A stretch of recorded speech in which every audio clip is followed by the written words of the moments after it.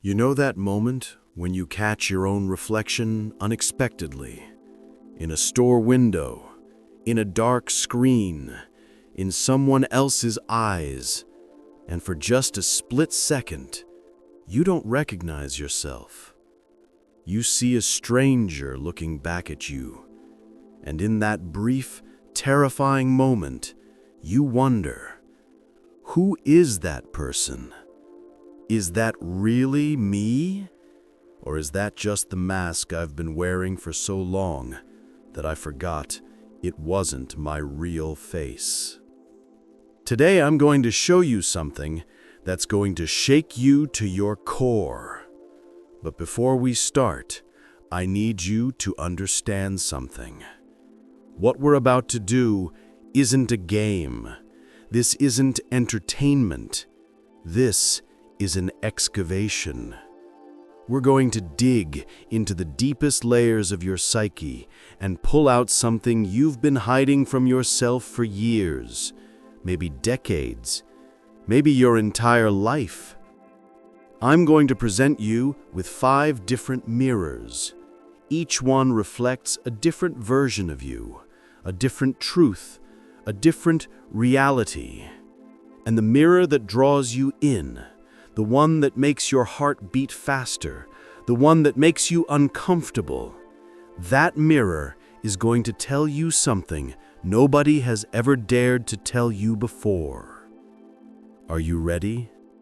Because once you look into these mirrors, once you see what they're showing you, you can't unsee it. The veil will be lifted, the illusion will shatter, and you'll have to face something you've been running from your whole life. But here's what I need from you first. This content takes days to create. Hours of research, hours of writing, hours of understanding the human psyche at its deepest level. So if you want us to keep creating this for you, hit that like button right now. Subscribe to this channel. Leave a comment telling me which mirror speaks to you. That's all I ask. You get the truth, we get your support. Fair exchange, right? Now, close your eyes for a moment. Take a deep breath and imagine this. You're standing in a circular room. The walls are covered in mirrors, but these aren't ordinary mirrors. Each one shows you something different. Each one reveals a truth you've been hiding. Each one reflects a part of your soul you've never acknowledged. Are you ready to look? Then let's begin. The first mirror you see is broken, cracked into 1,000 pieces.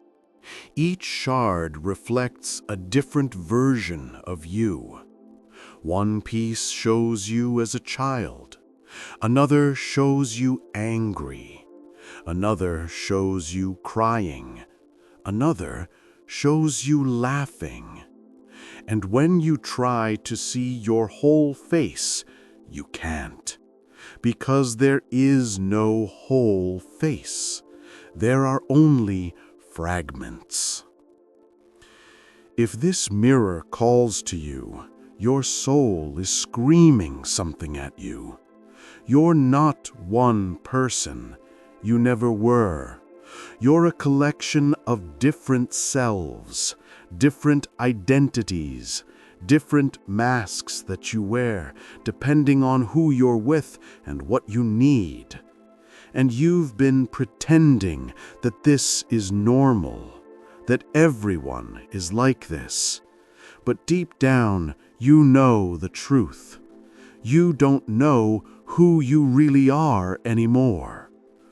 The person drawn to this mirror has usually lived multiple lives, not literally, but emotionally. You've been the good daughter, the rebel son, the perfect employee, the wild friend, the responsible partner. And somewhere along the way, you lost track of which one is real, which one is you, which one is just performance. this fragmentation happened for a reason. Maybe you grew up in an environment where being yourself wasn't safe, where you had to adapt constantly to survive, where showing your true face meant getting hurt. So you learned to split yourself, to become whoever you needed to be in that moment. And it worked. It kept you safe. It kept you loved. It kept you alive. But now you're paying the price, because living as fragments is exhausting, constantly switching between different versions of yourself, never knowing which one is authentic, never feeling whole, never feeling real. The shadow side of this mirror is identity diffusion. It's the inability to maintain a coherent sense of self. It's the feeling that you're always performing, always pretending, always lying about who you are.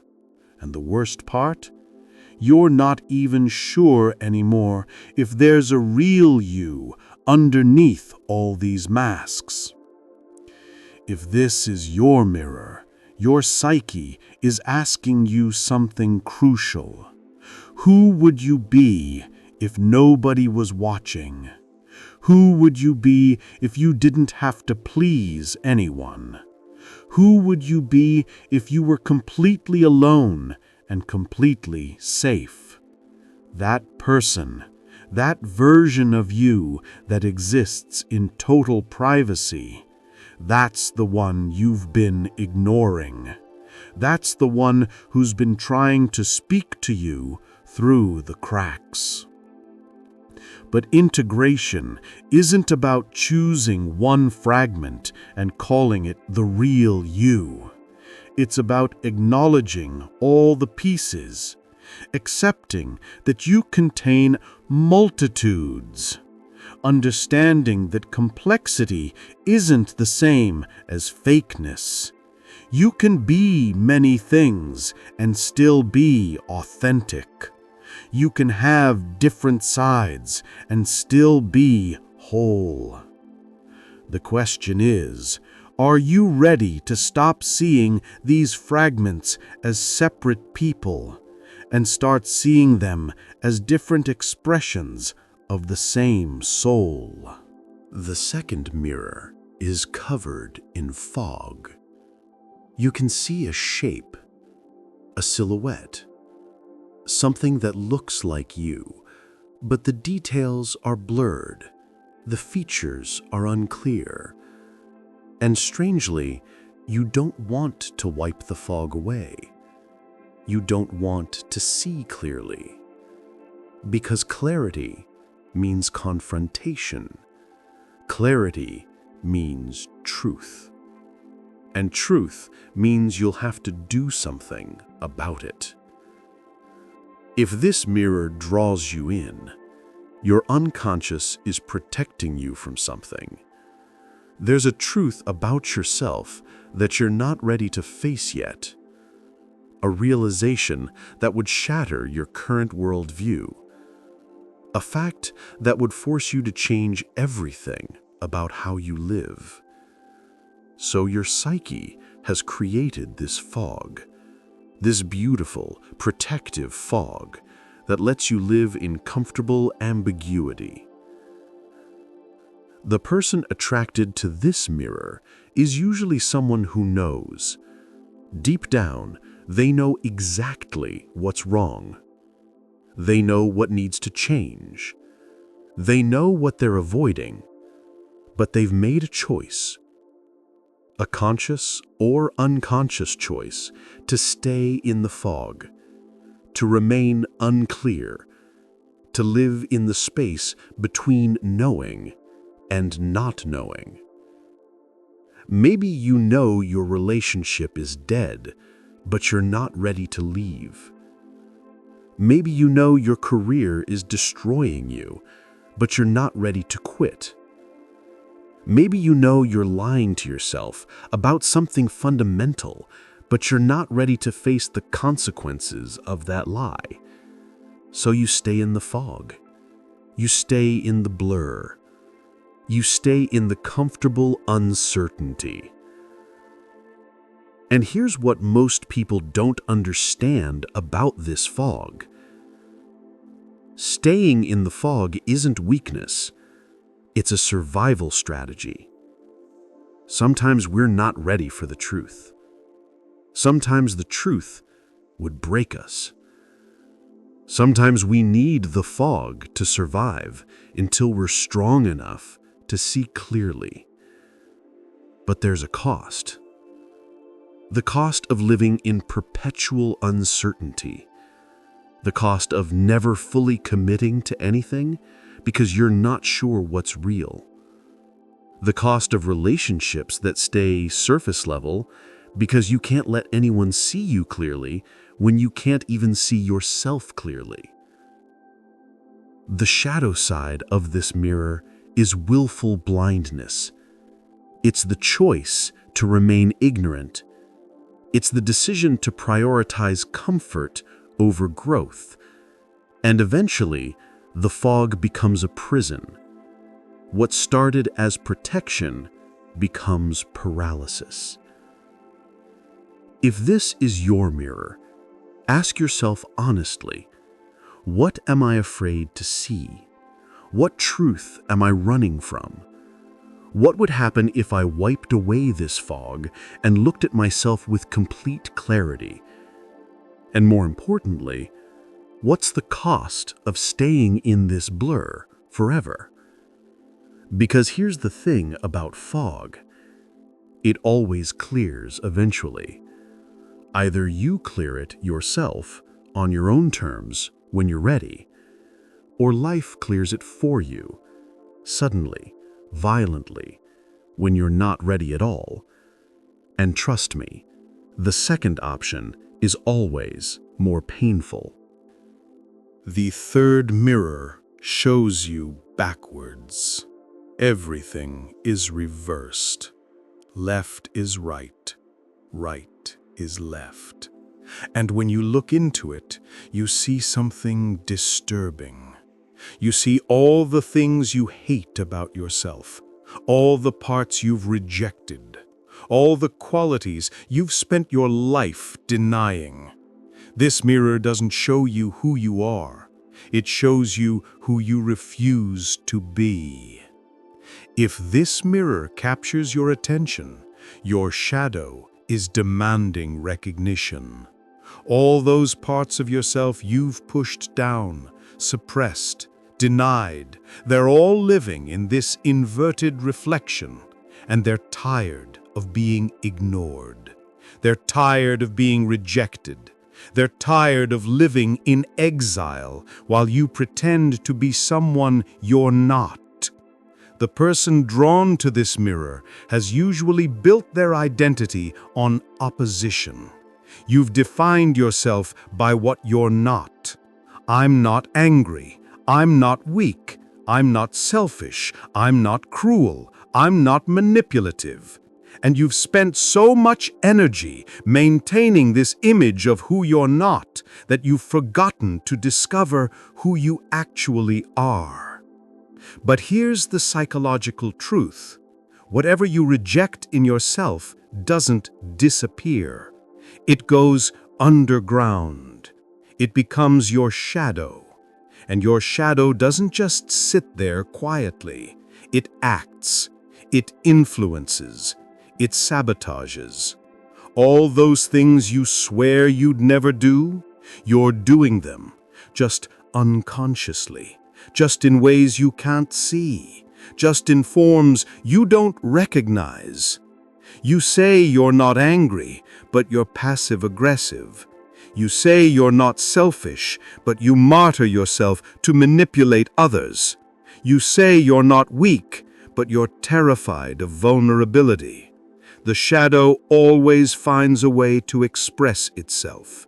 The question is whether you're going to acknowledge it consciously or let it control you unconsciously. The inverted mirror is showing you something crucial. Your opposite isn't your enemy. Your opposite is your completion. The things you reject in yourself are often the things you need most. The anger you suppress might be the boundary you need to set. The selfishness you deny might be the self-care you're missing. The weakness you hide might be the humanity that would set you free. The shadow side of this mirror is projection. You see in others what you can't see in yourself. You judge in them what you won't accept in you. And this keeps you trapped in a cycle of blame, resentment, and self-righteousness. You think you're better than them, but really, you're just more blind to your own darkness. If this is your mirror, your psyche is offering you integration, the chance to reclaim your rejected parts, the opportunity to become whole instead of just good. Because wholeness includes darkness. Wholeness includes the parts you don't like. Wholeness includes the shadow. And here's what happens when you integrate your shadow. You don't become evil. You become real. You don't lose your goodness. You gain your power. You don't fall apart. You become complete. The fourth mirror is frozen in time. It shows you exactly as you were at a specific moment in your past. Maybe you're a child. Maybe you're a teenager. Maybe you're the person you were before everything changed. And when you look at this reflection, you feel something powerful. Nostalgia, longing, the desperate wish to go back, to be that person again, to live in that moment forever. If this mirror calls to you, you're stuck, not physically, emotionally, psychologically. Part of you never left that moment. Part of you is still living in that time. Part of you refuses to move forward because moving forward means leaving something behind, and you're not ready to let go. The person attracted to this mirror has usually experienced a rupture, a before and after moment that split their life in two.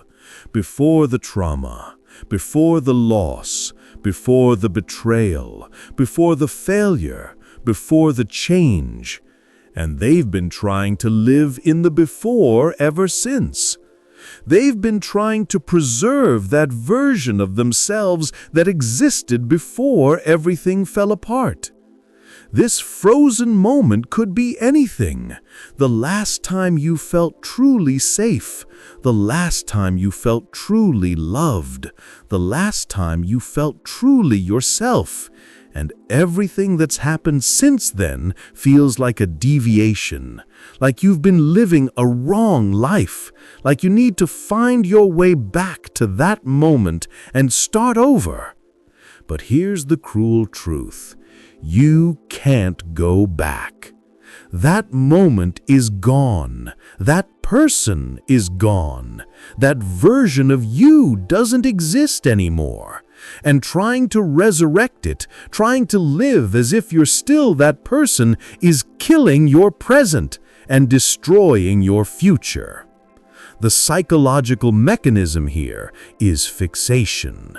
You've fixed your identity at a point in the past and refused to update it. You're living as a ghost of who you used to be. And every day that passes, the gap between who you were and who you are now gets wider, and that gap is filled with grief. The shadow side of this mirror is arrested development. It's the refusal to grow up, the refusal to evolve, the refusal to accept that change is inevitable and necessary. You think you're honoring your past by staying frozen in it, but really you're dishonoring your present by refusing to live it. If this is your mirror, your soul is begging you to thaw, to melt, to let go, to grieve what was and accept what is. Because that frozen moment, it's not as perfect as you remember. Memory is a liar. Nostalgia is a drug. And you're addicted to a past that never really existed the way you think it did. The truth is, that younger version of you would be disappointed if they knew you spent your entire life trying to stay them. They had dreams, they had hopes, they had plans for who they wanted to become, and you've betrayed those dreams by refusing to become anyone at all. The fifth mirror shows nothing. It's completely blank. When you look into it, you see no reflection at all. No face, no body, no self. Just emptiness. Just void. Just nothing. And this terrifies you more than any of the other mirrors, because this mirror is asking you the question you've been avoiding your entire life. What if there's nothing there? What if you're empty? What if you don't exist? If this mirror draws you in, you're experiencing existential terror, the fear that underneath all your roles, all your achievements, all your relationships, all your identities, there's nothing.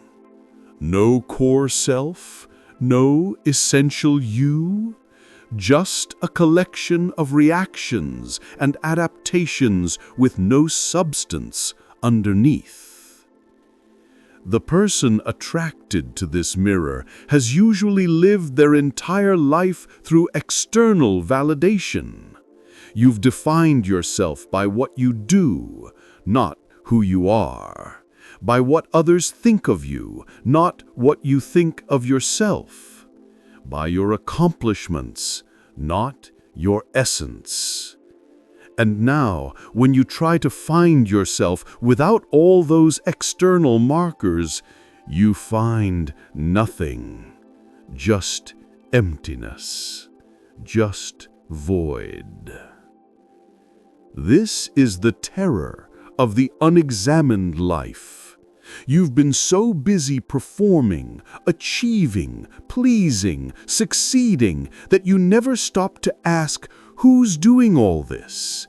Who's the actor behind all these roles? Who's the person underneath all these masks? And when you finally ask that question, the answer is terrifying. You don't know. You have no idea. You've never met that person. The empty mirror represents depersonalization, the feeling that you're not real, that you're watching your life from outside yourself, that you're a character in a story rather than a person living a life. And this feeling is more common than you think. In a world that constantly tells us to be something, to do something, to achieve something, many people have lost touch with the simple fact of being. The shadow side of this mirror is nihilistic despair, the belief that because you can't find a fixed, permanent self, there must be no self at all. But this is a misunderstanding. The empty mirror isn't showing you that you're nothing. It's showing you that you're not a thing. You're not an object. You're not a fixed entity. You're a process, a flow, a becoming. If this is your mirror, your psyche is offering you liberation, freedom from the need to be someone, freedom from the pressure to have a fixed identity, freedom from the illusion that you need to find yourself. Because there's nothing to find. There's only something to create, something to become, something to live. The empty mirror is actually the most honest of all the mirrors, because it's showing you the truth. You are not a thing. You are a space where experience happens, a space where consciousness arises, a space where life unfolds. And that space doesn't need to be filled. It doesn't need to be defined. It doesn't need to be anything other than what it is. This is the paradox. The empty mirror is the fullest of all, because it contains infinite possibility. It contains all potential versions of you. It contains every choice you haven't made yet, every path you haven't walked yet, every person you could still become. So, there you have it. 5 mirrors, 5 different truths, 5 different confrontations with yourself. The shattered mirror showing you your fragmentation. The foggy mirror protecting you from clarity. The inverted mirror revealing your shadow. The frozen mirror trapping you in the past. And the empty mirror showing you the void. Each mirror reflects a different psychological truth, a different aspect of the human condition, a different way we lose ourselves, a different way we hide from ourselves, a different way we suffer. But here's what you need to understand. The mirror you're drawn to isn't random. It's not coincidence. It's your unconscious trying to tell you something, trying to show you where you're stuck, trying to reveal what needs attention, trying to guide you toward integration. So now, I want to know, which mirror spoke to you? Which one made your heart race? Which one made you uncomfortable? Tell me in the comments, which mirror would you choose and why? What did it make you feel? What did it make you remember? What truth is it trying to show you? And remember something important. The mirror you choose today won't be the mirror you choose tomorrow. We move through different phases, different challenges, different truths. Today you might be looking at the frozen mirror. Next year you might be staring at the empty one. And that's not failure. That's growth. That's the journey. Because in the end, all 5 mirrors are showing you the same thing. They're showing you that you're not who you think you are, that the self you've constructed is just that, a construction, a story, a narrative you've been telling yourself to make sense of the chaos. And maybe that's okay. Maybe you don't need to find your true self. Maybe you don't need to discover who you really are. Maybe you just need to stop pretending you're someone you're not. Maybe you just need to let yourself be uncertain, fragmented, complex, contradictory, human. The mirrors aren't here to give you answers. They're here to give you questions. Questions that will haunt you, questions that will disturb you, questions that will change you. And those questions are more valuable than any answer could ever be. Thank you for having the courage to look. Thank you for having the courage to see. Thank you for having the courage to face yourself. And if you want to continue this journey with me, if you want to go deeper into the mysteries of the psyche, subscribe to this channel. Like this video. Share it with someone who needs to see it. Because this work only continues if you support it. Now go. Look in your mirror.